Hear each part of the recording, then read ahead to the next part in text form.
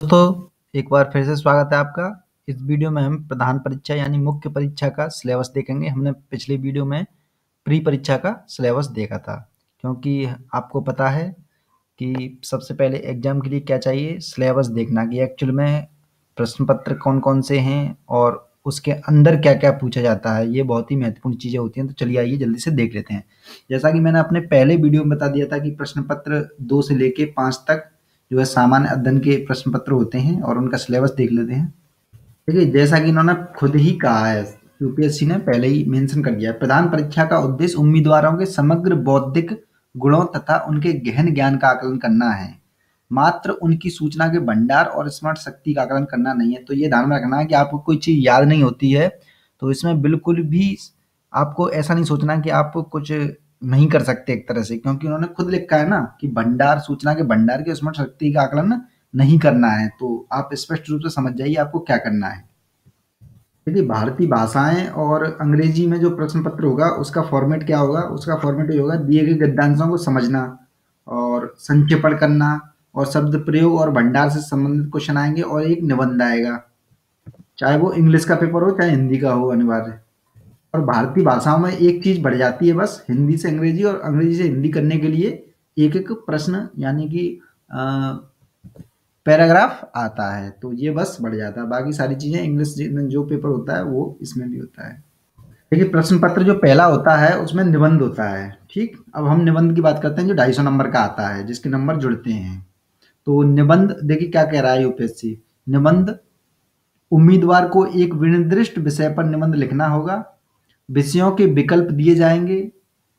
उनसे आशा की जाती है कि अपने विचारों को निबंध के विषय के निकट रखते हुए क्रमबद्ध करें और संक्षेप में लिखें। संक्षेप में लिखें, ये ध्यान में रखना है, संक्षेप में लिखें। प्रभावशाली एवं सटीक अभिव्यक्ति के लिए श्रेय दिया जाएगा, यानी प्रभावशाली अगर कोई बात कह दी, आपने कोई आइडिया दे दिया, उसके नंबर मिलते हैं इसमें। लोग कहते हैं नंबर क्यों नहीं आते हैं या फिर नंबर ज्यादा कैसे आते हैं लोगों के, तो ये सटीकता पर और प्रभावशाली यानी कि प्रभाव छोड़ देता है जो चेक चेक करने वाले पर, उसको नंबर दिए जाते हैं। अब देख लें, सामान्य अध्ययन के अंतर्गत हमने शुरुआत में थोड़ा ब्रीफली देखा था भारतीय विरासत, संस्कृति, विश्व का इतिहास एवं भूगोल। अब इसके अंदर देख लेते हैं क्या क्या चीजें हैं। तो देखिए, भारतीय संस्कृति में प्राचीन काल से आधुनिक काल तक के काल के रूप में साहित्य और वास्तुकला के पहलू, मुख्य पहलू यानी साहित्य और वास्तुकला देखेंगे, ये ध्यान में रखना है। और 18वीं सदी के लगभग, 18वीं सदी का मतलब आप जानते हैं क्या है?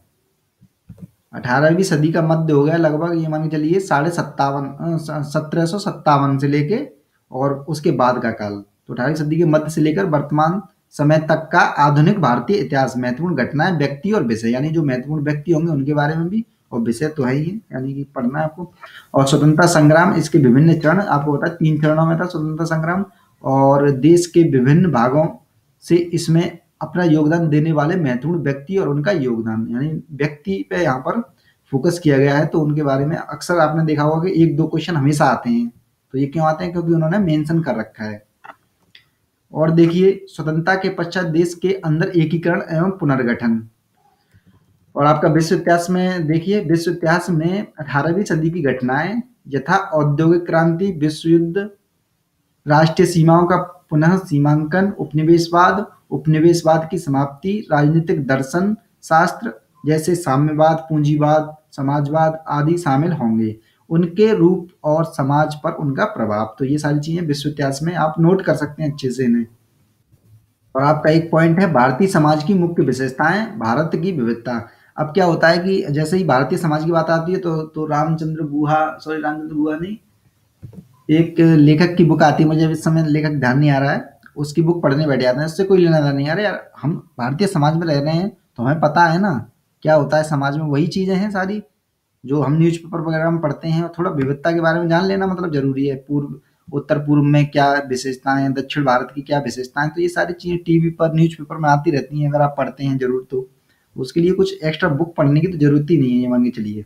महिलाओं की भूमिका और महिला संगठन, जनसंख्या, तो महिलाओं का संगठन आपको पता होना चाहिए कौन कौन से हैं, भूमिकाएं क्या क्या रही हैं, संबंधित मुद्दे महिलाओं से, गरीबी और विकासात्मक विषय, शहरीकरण, उनकी समस्याएं और उनके रक्षोपाय, जैसे मान लीजिए शहरीकरण और उनकी समस्याएं। तो अभी दिल्ली में चला था प्रदूषण, तो उससे जुड़ के क्वेश्चन आ गया था कि दिल्ली में ही प्रदूषण क्यों है, कलकत्ता और पश्चिम बंगाल में क्यों नहीं है, मेट्रो सिटी वो भी है, वहाँ पर भी ज़्यादा, एक तरह से ऐसे जुड़ जाते हैं, ये चीज़ें सब यहीं से आते हैं क्वेश्चन। भारतीय समाज पर भूमंडलीकरण का प्रभाव आपने देखा होगा, हमेशा कभी महिलाओं पर भूमंडलीकरण का प्रभाव, कभी वृद्धों पर, कभी बच्चों पर, कभी बूढ़ों पर, ऐसे पूछते रहते हैं। तो एक ये आप कर लें इन्हें, जो भी निम्न तबके हैं उनको थोड़ा सा ध्यान में रख के भूमंडलीय प्रभाव देखें। अब मान ली आने वाले समय में पूछ लिया तो SC ST पर भूमंडलीयकरण का क्या प्रभाव पड़ा, या फिर आरक्षण का क्या प्रभाव पड़ा भूमंडलीकरण का, तो ये चीजें आप थोड़ा दिमाग में सोचते रहिए बस। सामाजिक सशक्तिकरण, संप्रदायवाद, क्षेत्रवाद और धर्मनिरपेक्षता। नेक्स्ट पॉइंट है आपका, ये सारी चीजें आपको क्लियर होनी चाहिए। हम वैसे बात करेंगे कि करके संप्रदायवाद क्या होता है, क्षेत्रवाद क्या होता है, धर्मनिरपेक्षता क्या होती है, सशक्तिकरण क्या होता है। नेक्स्ट पॉइंट है विश्व के भौतिक भूगोल की विशेषताएं। अब ये भूगोल के बारे में एक तरह से तो उसका बेसिक जान लेना जरूरी है। जैसे उन्होंने अलग से दे दिया है विश्व भर के प्रमुख प्राकृतिक संसाधनों का वितरण, जैसे दक्षिण एशिया और भारतीय उपमहाद्वीप को शामिल करते हुए। इसमें मेंशन अलग से क्या किया है, दक्षिण एशिया और भारतीय उपमहाद्वीप को शामिल करते हुए। तो ये आपको एक तरह से जानकारी होनी चाहिए कौन कौन से क्षेत्र में कौन सा संसाधन है। और विश्व भारत सहित के विभिन्न भागों में प्राकृतिक, द्वितीयक एवं तृतीयक क्षेत्र के उद्योगों को स्थापित करने के लिए जिम्मेदार कारक, यानी जैसे मान के चलिए तृतीयक कारक कौन से हैं, जो मान लीजिए सेवा क्षेत्र हर किसी क्षेत्र किसी पर्टिकुलर भारत में स्थायी रूप ले रहा है, तो वो क्यों ले रहा है, उसके कारण क्या है। जैसे प्राथमिक क्षेत्र हुआ कृषि, तो वो हमारे देश में कृषि क्यों है, क्यों कृषि प्रधान देश है, या फिर अमेरिका में कृषि का बहुत ज्यादा क्षेत्र है तो वो क्यों है, ऐसे करके ये चीजें थोड़ी सी जानकारी जरूरी है, सिलेबस पढ़ना बहुत ज्यादा जरूरी है। लेकिन नेक्स्ट पॉइंट है आपका भूकंप, सुनामी, ज्वालामुखी हलचल, चक्रवात आदि जैसी महत्वपूर्ण भौतिकीय घटनाएं, भूगोलीय विशेषताएं और उनके स्थान अति महत्वपूर्ण भौगोलीय विशेषताएं, जल स्रोत और हिमावतरण सहित, और वनस्पति एवं प्राणी जगत में परिवर्तन, यानी ग्लोबल वार्मिंग से रिलेटिव ये चीजें आ गई। और इस प्रकार के परिवर्तनों के प्रभाव क्या क्या होंगे मानव जाति पर। तो हम पढ़ क्या रहे हैं, मानव जाति को एक तरह सशक्त बनाने के लिए तो चीजें हैं, यानी कि वो कितना सभ्य बने, तो यही चीज बतानी है। अब देखिए सामान्य अध्ययन का जो पेपर 2 आता है उसमें क्या क्या था, ब्रीफली हमने देखा था शासन व्यवस्था, संविधान, शासन प्रणाली, सामाजिक न्याय तथा अंतर्राष्ट्रीय संबंध। और इसके अंदर क्या क्या है वो देख लेते हैं। देखिए पहला पॉइंट है भारतीय संविधान, इतिहास का आधार, यानी भारतीय संविधान का ऐतिहासिक जो आधार है वो जानना है। विकास कैसे हुआ, विशेषताएं क्या है इसकी, संशोधन कौन कौन से हुए, महत्वपूर्ण प्रावधान है, बुनियादी संरचना क्या है, बुनियादी ढांचे की बात होती है ना, तो वो क्या है, यही सारी चीजें हैं।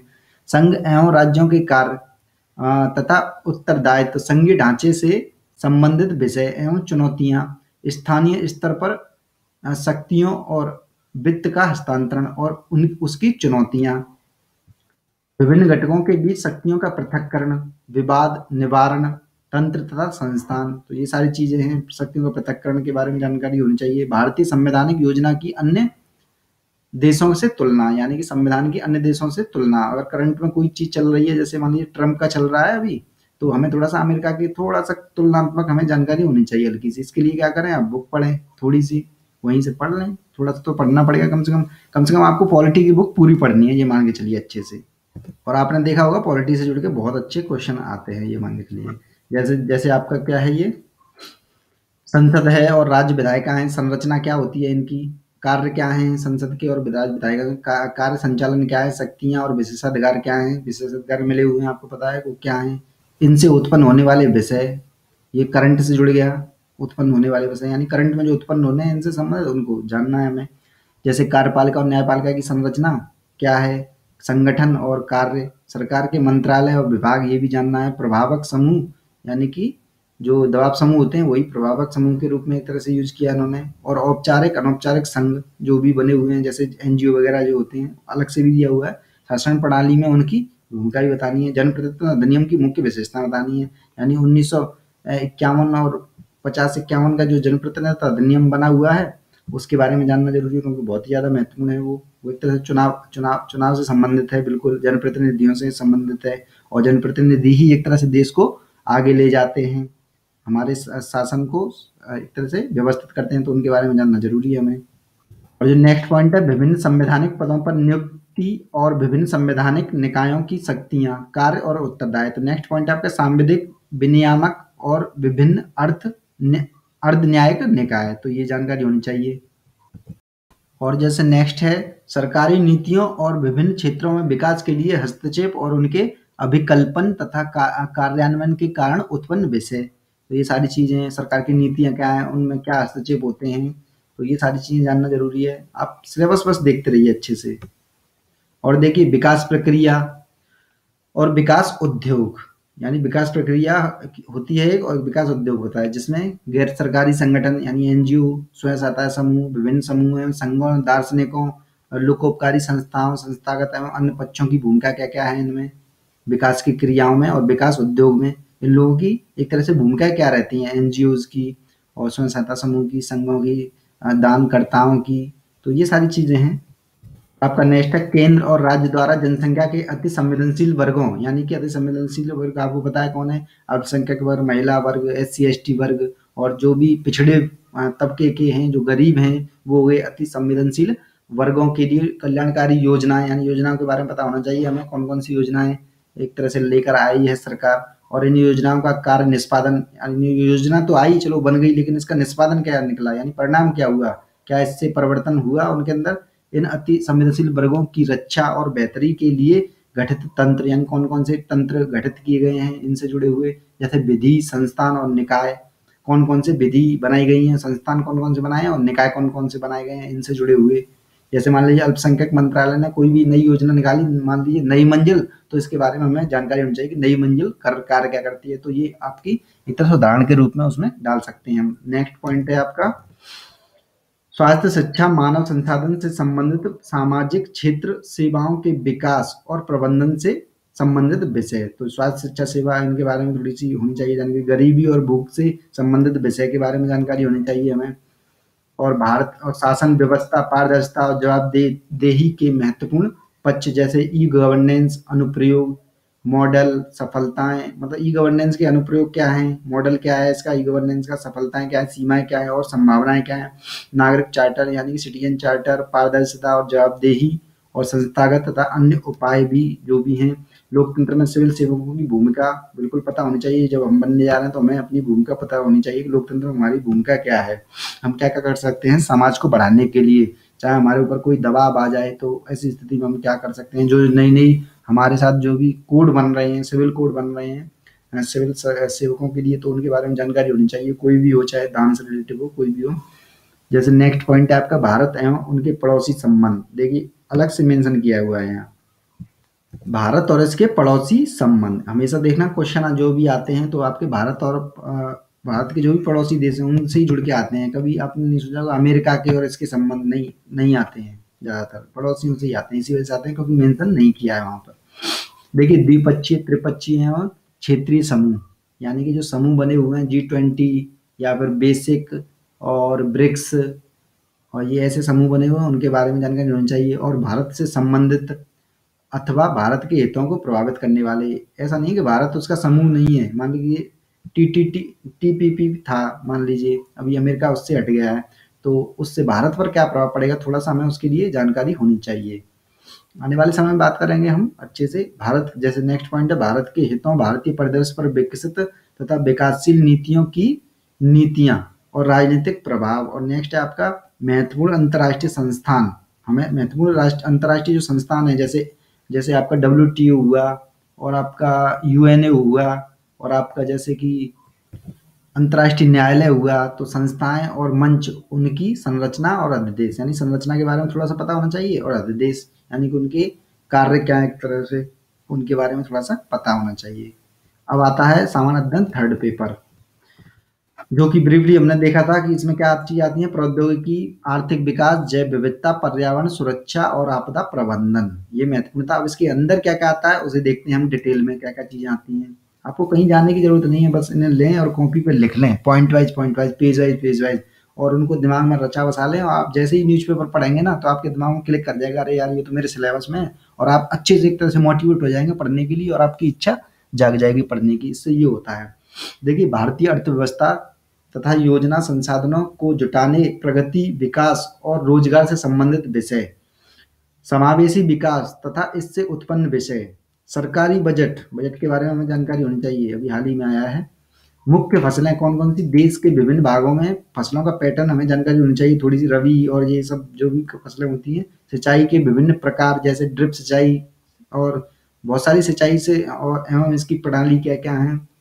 कृषि उत्पाद का भंडार यानी पीडीएस वगैरह ये सब होते हैं और खाद्य सुरक्षा और ये सारी चीज़ें आ जाती हैं इसमें। परिवहन, विपणन यानी कि व्यापार कैसे हो, इनका संबंधित विषय और बाधाएँ क्या-क्या हैं, किसानों की सहायता के लिए ई-प्रौद्योगिकी कैसे काम करती है, तो यही सारी चीज़ें जाननी है एक तरह से।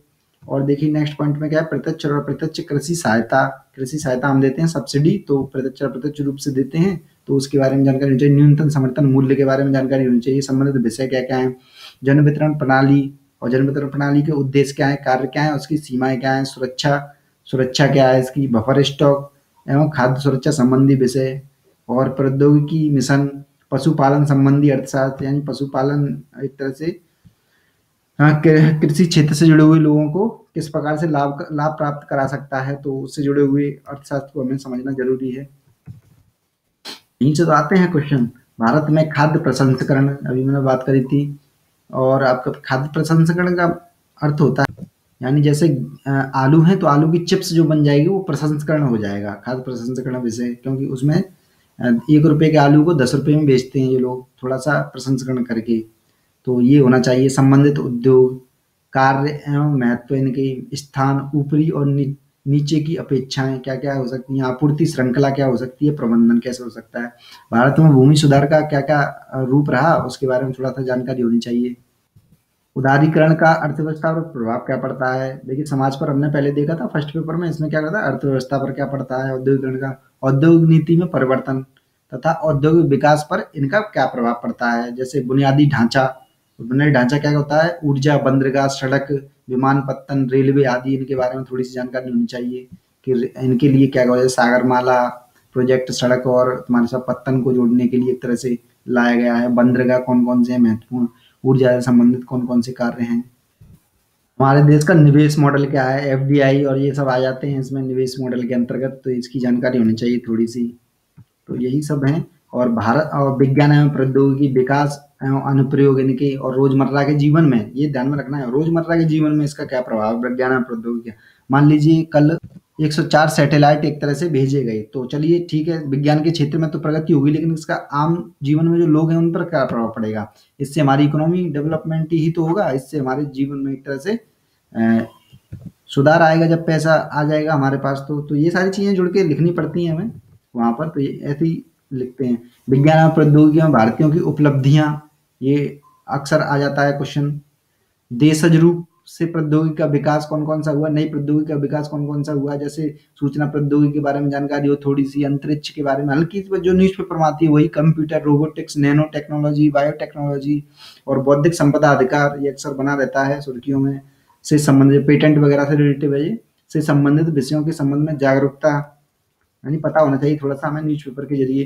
संरक्षण, पर्यावरण प्रदूषण और क्षरण, पर्यावरण प्रभाव का आकलन, आपदा प्रबंधन, ये पता होना चाहिए, अलग से ये क्वेश्चन आ जाता है हमेशा। विकास एवं फैलते उग्रवाद के बीच संबंध, ये नक्सलवाद वगैरह आ जाता है इसके अंदर। आंतरिक सुरक्षा के लिए चुनौती उत्पन्न करने वाले शासन विरोधी तत्वों की भूमिका, तो ये आईएसआई वगैरह है और आईएसआई है, तो ये सब किस प्रकार से हमारे देश को प्रभावित करते हैं।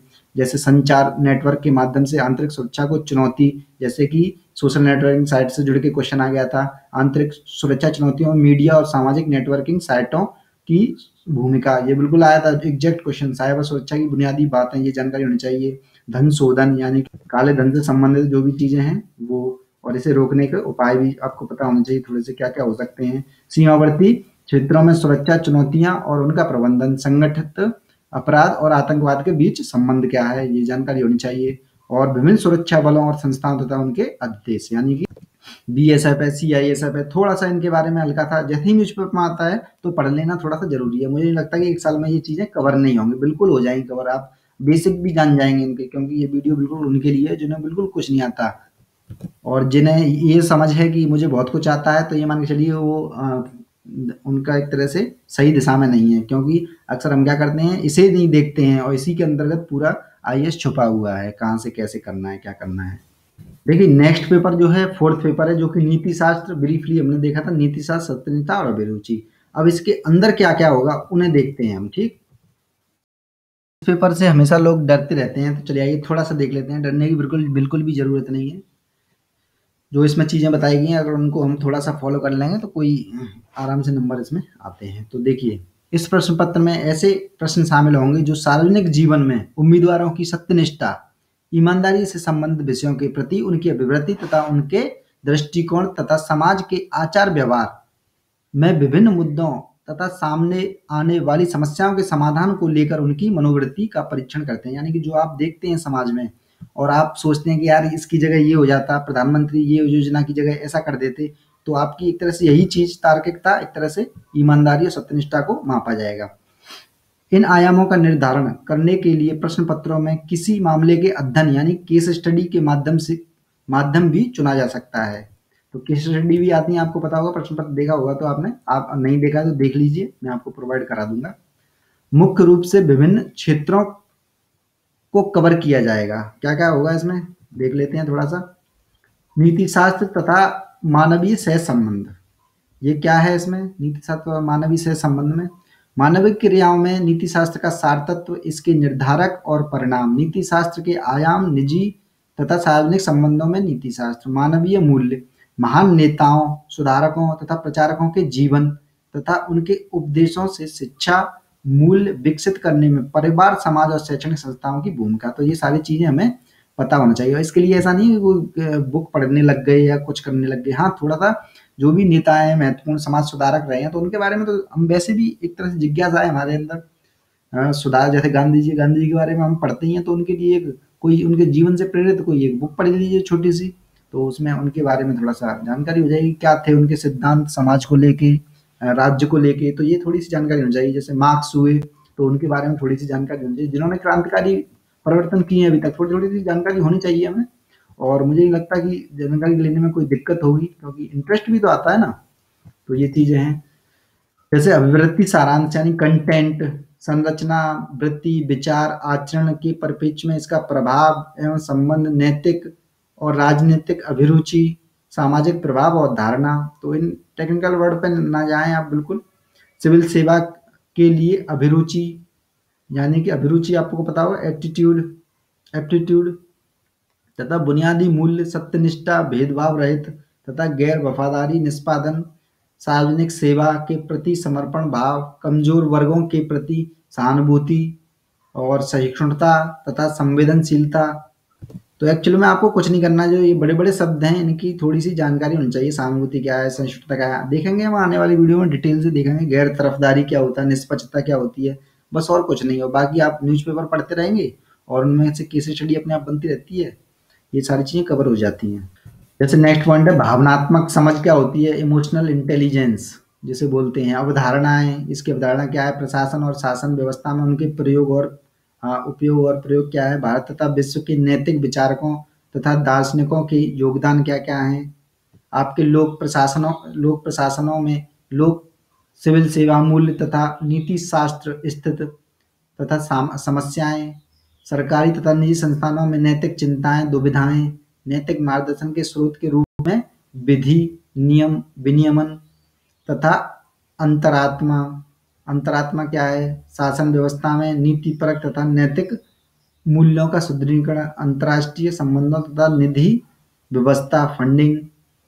और इसमें नैतिक मुद्दे क्या क्या होते हैं, कॉरपोरेट शासन की व्यवस्था क्या है, तो ये जानकारी होनी चाहिए थोड़ी सी कॉरपोरेट के बारे में। शासन व्यवस्था में ईमानदारी क्या होती है, लोक सेवकों की अवधारणा, शासन व्यवस्था और ईमानदारी का दार्शनिक आधार, सरकार में सूचना का आदान प्रदान और पारदर्शिता, सूचना का अधिकार के बारे में जानकारी होनी चाहिए। नीतिपरक आचार संहिता, आचरण संहिता, नागरिक घोषणा पत्र, और आपका कार्य संस्कृति, इन चीजों के बारे में, बस शब्दों के बारे में जानकारी होनी चाहिए। सेवा प्रदान करने की गुणवत्ता, लोक निधि का उपयोग, भ्रष्टाचार की चुनौतियां, उपयुक्त विषयों पर मामला संबंधी केस स्टडी। और आपको ये बता दूं मैं, केस स्टडी के लिए केवल इन्होंने एक पॉइंट दिया है यहाँ पर, देखिए एक पॉइंट, लेकिन 50% केस स्टडी आती है, ये ध्यान में रखना है। जैसे कोई भी आपसे समस्या दे दी जाएगी और उसके समाधान पूछे जाएंगे। बहुत ही आप अच्छे ठंडे दिमाग से अगर उन्हें देखेंगे, सोचेंगे तो आप आराम से कर देंगे। उसके लिए कोई पढ़ाई की ज़रूरत नहीं है, केवल न्यूज़पेपर पढ़ने की ज़रूरत है। डेली आप न्यूज़पेपर अच्छे से करिए, जो मैंने पहले ही आपको बता दिया था, पहले ही पॉइंट में उन्होंने दे दिया है समसामयिक घटनाओं पर। और इसके अंदर से जो भी निकलेंगी चीज़ें उनको हम बात करेंगे। और इसके बाद जो पेपर बचता है वैकल्पिक विषय का, वो तो आपको अलग से देखना ही पड़ेगा। आप अलग-अलग देख लीजिएगा और मुझे बताइएगा कौन-कौन सा आप ले रहे हैं, तो मैं उसके बारे में भी अलग से वीडियो बना दूँगा। दोस्तों इस वीडियो में बस इतना ही, और जिन्होंने अब तक सब्सक्राइब नहीं किया सब्सक्राइब कर लीजिए, क्योंकि आने वाले समय में निरंतर वीडियो आते रहेंगे और आपको रूबरू कराते रहेंगे सिविल सर्विस के एग्ज़ाम से क्या होने वाला है और क्या-क्या करना चाहिए और आपको कैसे पढ़ना है, इन सी चीज़ों के बारे में। और आने वाले समय में हम न्यूज़पेपर को भी कवर करने की कोशिश करेंगे डेली, पॉइंट ऑफ व्यू से, किसके, आईएएस के पॉइंट ऑफ व्यू से कौन-कौन सी प्रश्न बन सकते हैं, इस प्रकार की घटना है। तो जिन्होंने सब्सक्राइब नहीं किया सब्सक्राइब कर लें और लाइक करना बिल्कुल ना भूलें। देखते रहें, एग्जाम में डीजी नाम है मेरे इस चैनल का, तो देखते रहें। धन्यवाद।